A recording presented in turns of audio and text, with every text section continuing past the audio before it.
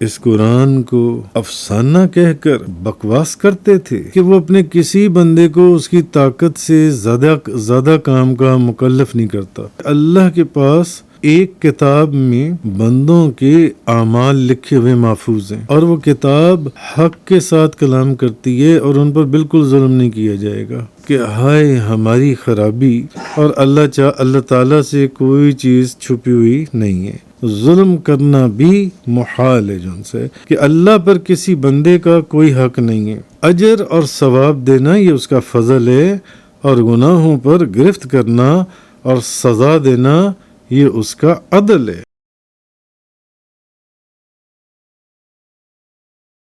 وَلَا نُكَلِّفُ نَفْسًا إِلَّا وُسْعَهَا وَلَدَيْنَا كِتَابٌ يَنطِقُ بِالْحَقِّ وَهُمْ لَا يُظْلَمُونَ۔ تو آج سورہ مومنون کی آیت نمبر 62 سے آگے بیان ہے، 62 سے۔ اور ہم ہر نفس کو اس کی طاقت کے مطابق ہی مکلف کرتے ہیں، اور ہمارے پاس ان کا نوشتہ اعمال جو حق کے ساتھ کلام کرتا ہے، اور ان پر بالکل ظلم نہیں کیا جائے گا۔ تو ہمارے پاس ان کا نوشتہ اعمال ہے جو حق کے ساتھ کلام کرتا ہے، اور ان پر بالکل ظلم نہیں کیا جائے گا۔ بل قلوبہم فی غمرۃ من ھذا ولہم اعمال من دون ذلک ہم لہا عاملون۔ نہیں بلکہ ان کے دل اس سے غفلت میں ہیں، اور اس کے سوا ان کے اور بھی برے اعمال ہیں، ہم لہا عاملون، جن کو وہ کرنے والے ہیں۔ حتی اذا اخذنا مترفیہم بالعذاب اذا ہم یجعرون، حتیٰ کہ جب ہم ان کے آسودہ حال لوگوں کو عذاب میں گرفتار کریں گے تو وہ بلبلانے لگیں گے۔ لا تجعلوا اليوم، آج مت بلبلاؤ، انکم منا لا تنصرون، بے شک ہماری طرف سے تمہاری کوئی مدد نہیں کی جائے گی۔ قد کانت آیاتی تتلی علیکم فکنتم علی اعقابکم تنکصون، بے شک اس سے پہلے میری آیتیں تم پر تلاوت کی جاتی تھیں تو تم ایڑیوں کے بل پلٹ کر بھاگ جاتے تھے۔ مستکبرین بہ سامرا تہجرون، اس پر تکبر کرتے ہوئے اس قرآن کو افسانہ کہہ کر بکواس کرتے تھے، بکواس کرتے ہوئے۔ تو آج سورہ مومنون کی آیت نمبر 62 سے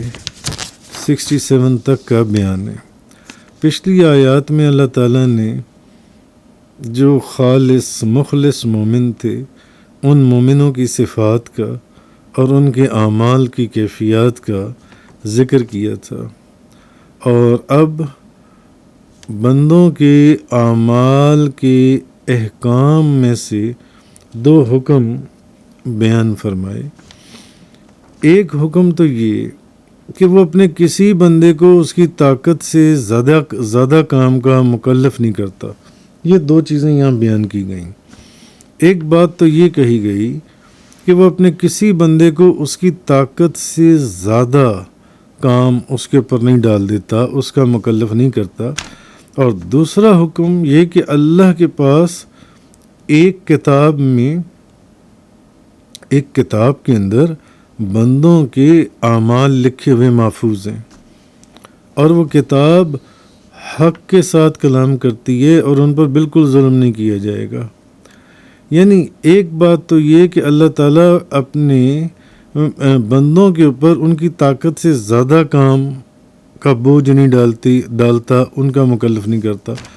اور ایک بات یہ بتائی گئی کہ ایک کتاب میں، اللہ کے پاس ایک کتاب میں بندوں کے اعمال لکھے ہوئے ہیں اور وہ محفوظ ہیں،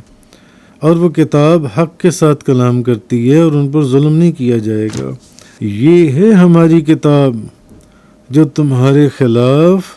سچ سچ بتا رہی ہے، بے شک تم جو بھی عمل کرتے رہے تھے ہم اس کو لکھوا رہے تھے۔ یعنی اللہ کے پاس ایک کتاب ایسی ہے جو تمہارے خلاف سچ سچ سب کچھ بتا دے گی، بے شک تم جو بھی عمل کرتے ہو ہم اس کو لکھوا رہے ہیں ایک کتاب کے اندر۔ اور دوسرا فرمایا، اور وہ کہیں گے کہ ہائے ہماری خرابی، اس کتاب کو کیا ہوا، اس نے تو کسی چھوٹے اور بڑے گناہ کو محفوظ کیے بغیر چھوڑا ہی نہیں۔ تو ان پر بالکل ظلم نہیں کیا جائے گا، ان پر بالکل ظلم نہیں کیا جائے گا۔ اب ظلم اس طرح اس چیز کو سمجھیں کہ ان کو ان کے جرم یا تو تب آپ کہہ سکتے ہیں کہ اس بندے کے اوپر ظلم کیا گیا کہ اس کو اس کے جرم سے زیادہ سزا دی جائے، جرم ہو اتنا مگر سزا دی جائے اتنی، یعنی جرم چھوٹا ہو اور سزا زیادہ دی جائے تب بھی وہ ظلم کہلائے گا جن سے۔ یا ان کو اس شخص نے جو نیکی کی اس نیکی کا جتنا ثواب دیا جانا چاہیے تھا اتنا ثواب نہ دیا گیا، ثواب تھوڑا دیا گیا، تو تب بھی یہ ظلم کہلائے گا جن سے۔ یا ان کو اس جرم کی سزا دی جائے یا کسی ایسے جرم کی سزا دی جائے جو اس نے جرم کیا ہی نہ ہو، چلیں تب بھی ظلم سمجھ میں آتا ہے۔ یا ان کو ان کی طاقت سے زیادہ کام کا مکلف کیا جائے، اور اس قسم کا ظلم اب وہی کر سکتا ہے جو بندوں کی طاقت سے بے خبر ہو۔ تو یا بندوں کے کیے ہوئے کاموں اور اس پر جو مرتب ہونے والی سزا یا جزا ہے اس سے لا علم ہو، اور اللہ تعالیٰ سے کوئی چیز چھپی ہوئی نہیں ہے، اس کا بے خبر ہونا محال ہے۔ اس لیے یہاں سے ثابت ہوا کہ اللہ کا ظلم کرنا بھی محال ہے جن سے، یعنی اللہ سے کوئی چیز مخفی ہے ہی نہیں، اللہ سے کوئی چیز چھپی ہوئی ہے ہی نہیں، تو اس کا بے خبر ہونا محال ہے۔ اس لیے اللہ کا جب اس کا بے خبر ہونا محال، جس نے جتنی نیکی اس کو اتنا اجر دیا گیا، یہ نہیں کہ جس نے جتنی نیکی کی اس سے کم اس کا اجر دیا گیا، اگر ایسا ہو تو پھر ظلم ہوگا۔ یا جس نے جو جرم کیا ہی نہیں اس کو اس کی سزا دے دی جائے تب بھی چلے ظلم۔ یہ چیزیں کہاں، اس چیز کا تصور بھی نہیں کیا جا سکتا اللہ تبارک۔ اور یہ بات بھی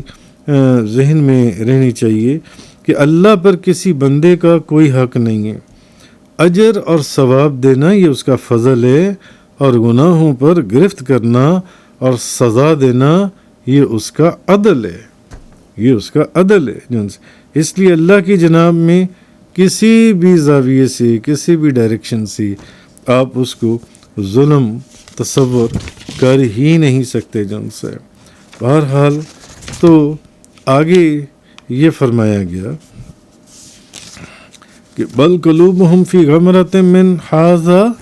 ولہم اعمال من دون ذلک ہم لہا عاملون،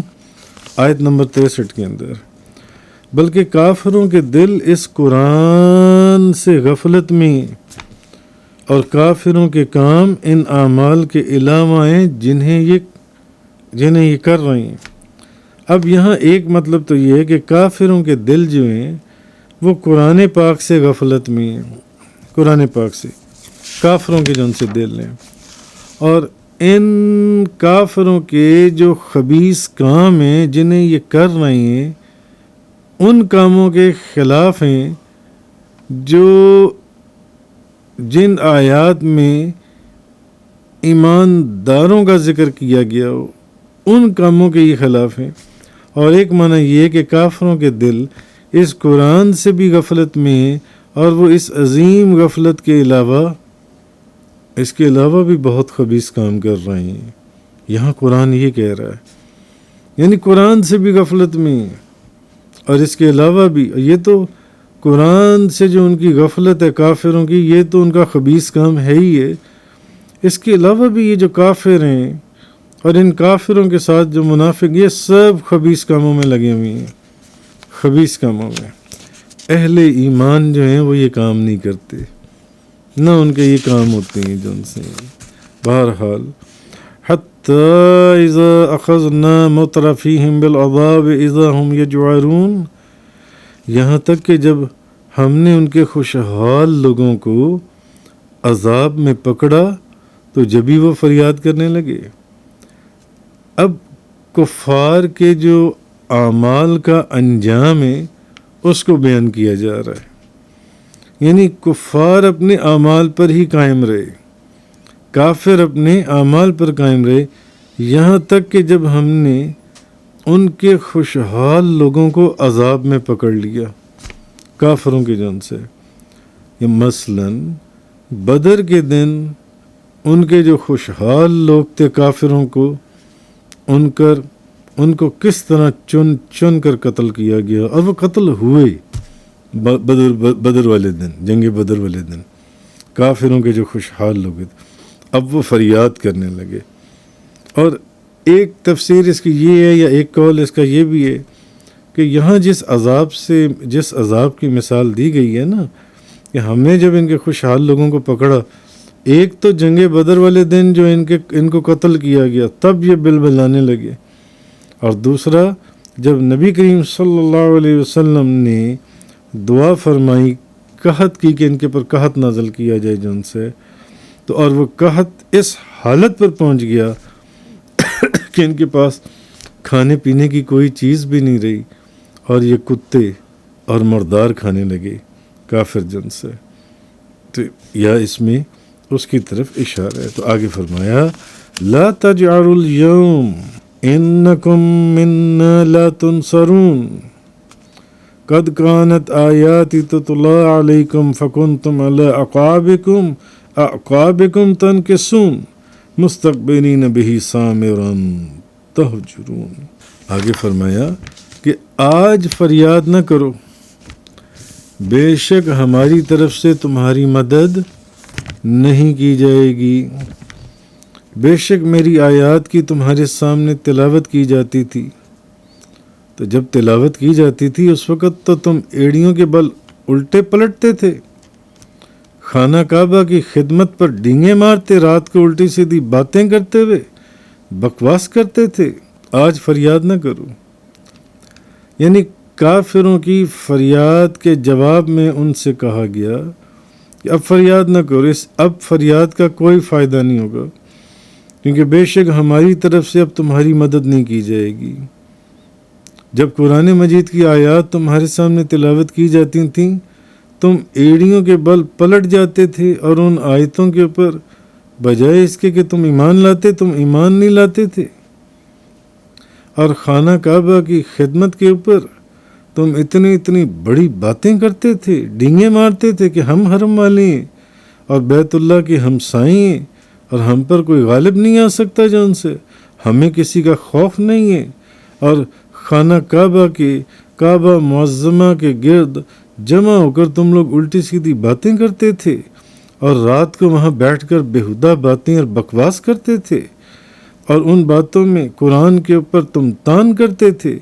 اور قرآن کو تم جادو کہتے تھے اور شعر کہتے تھے، اور میرے محبوب کی بارگاہ میں بھی بکواس کرتے تھے اور گندی زبان بولتے تھے۔ تو یہ جو باتیں تھیں، اور تم نبی پاک صلی اللہ علیہ وسلم کو اور مومنوں کو، تم نے میرے محبوب کو بھی چھوڑ دیا اور مومنوں کو بھی چھوڑ دیا، اور تم قرآن کریم کو چھوڑے ہوئے تھے۔ اب فریاد کا وقت نہیں ہے، اب فریاد نہ کرو، اب ہماری طرف سے تمہاری مدد نہیں کی جائے گی۔ تو وہ جس بات کا پیچھے ذکر کیا گیا جن سے کہ جب ان کو عذاب نے پکڑ لیا جن سے، تو وہ ایک تو جنگ بدر والے دن کا عذاب تھا کہ ان کے جتنے خوشحال بڑے بڑے لوگ تھے سب کو قتل کر دیا گیا، جن کے اندر تکبر اور غرور کی انتہا تھی، اور دوسرا نبی پاک صلی اللہ علیہ وسلم کی وہ دعا تھی کہ ان کے پر قحط نازل کر دیا جائے۔ تو ایک وقت ایسا آیا کہ یہ مردار اور کتے کھانے لگ گئے، تو یہ اس چیز کا یہاں پر ذکر ہے۔ وآخر دعوانا